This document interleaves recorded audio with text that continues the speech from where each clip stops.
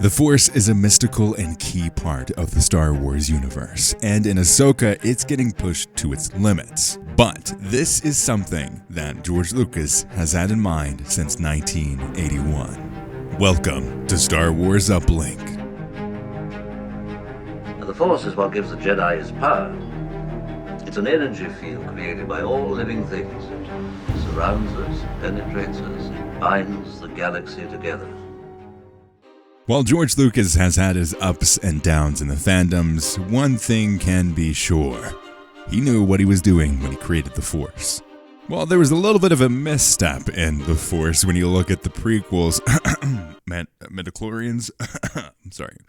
I don't know what just happened there. But if you look at the mystical side of the Force, specifically in the original trilogy, there is a big piece that I think we've kind of looked over. And Obi Wan says it in the quote that I put in the video at the beginning. It's an energy field created by all living beings. It binds the galaxy together. And in this quote by George Lucas in 1981, during the making of the Return of the Jedi features, George Lucas, screenwriter Lawrence Kasdan, and director Richard Marquand says this. Kasdan, the Force was available to anyone who could look into it? Lucas, yes, everybody can do it. Kasdan, not just the Jedi? Lucas, it's just the Jedi who take the time to do it. Marquand, they use it as a technique.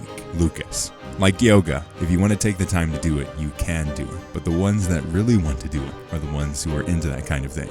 Now we enter the Ahsoka series, and we're seeing something super unique that I think is a callback directly to this quote. Sabine Wren is a character that is truly embodying this mantra, this belief in the Force, and this really core belief of the Force. It's something within everyone and can be utilized by everyone, and we're seeing that in this example. So while technically she's not quote-unquote Force sensitive, she is trying to utilize the Force in her training. If we look at the first few episodes, specifically the premiere, the first episode and the second episode, we see a lot of callbacks to what we can assume is the relationship between Ahsoka and Sabine, something that doesn't seem like it left off at the best foot.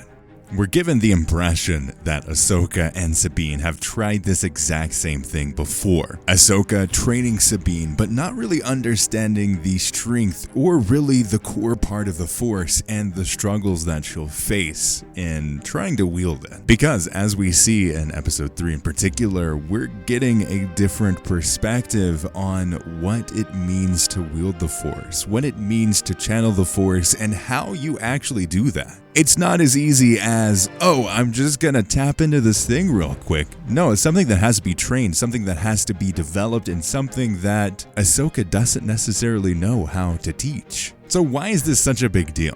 Why should we care as Star Wars fans that Ahsoka is doing this thing? Well, this is going to change our relationship with the Force. This is going to change everything that we really understand and believe around the original trilogy, as well as going forward into the sequel trilogy. As a reminder, this takes place in between the end of Return of the Jedi and the beginning of The Force Awakens. This whole time period is something that we've never seen explored in Star Wars before, at least in canon. This kind of time frame has been touched on in Legends when you look at the Heir to the Empire and that whole trilogy and how it was really the sequel trilogy before the sequel trilogy.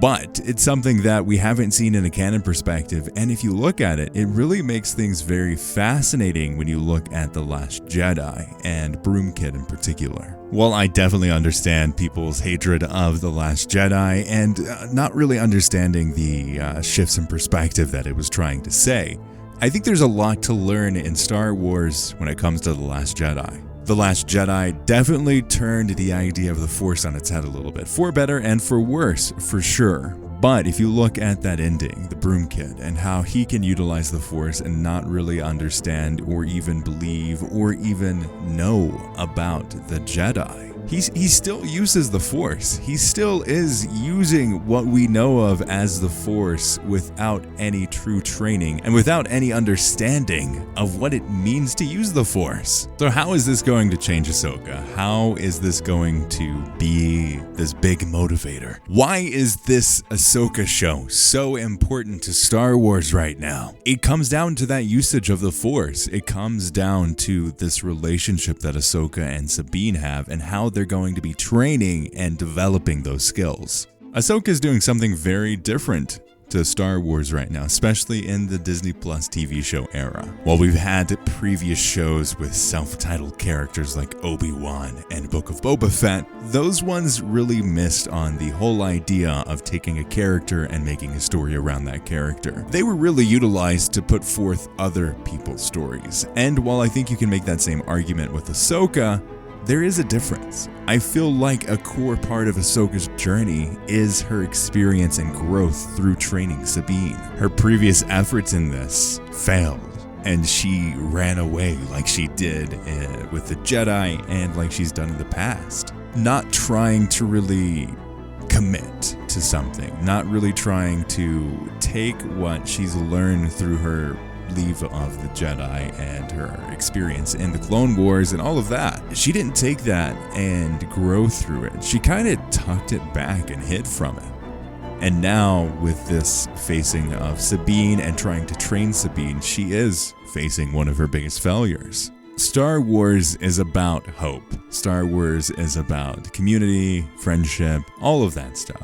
But I also think it is just as much about growing from your failures. Anakin, I think, is a great example and probably the extreme, if we're being honest here. Someone who committed genocide and just like generally killed a whole lot of people, was a very bad dude, found hope and freedom and success and forgiveness with Luke.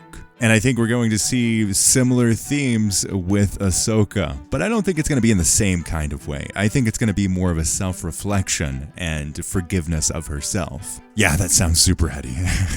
I can't believe I just said that, but I mean, it's true. We're going to see a very different perspective in terms of that internal growth versus a physical of overcoming this big bad guy. No, the bad guy is Ahsoka's fear of committing. It is her fear of doing something and failing, or trying something and failing.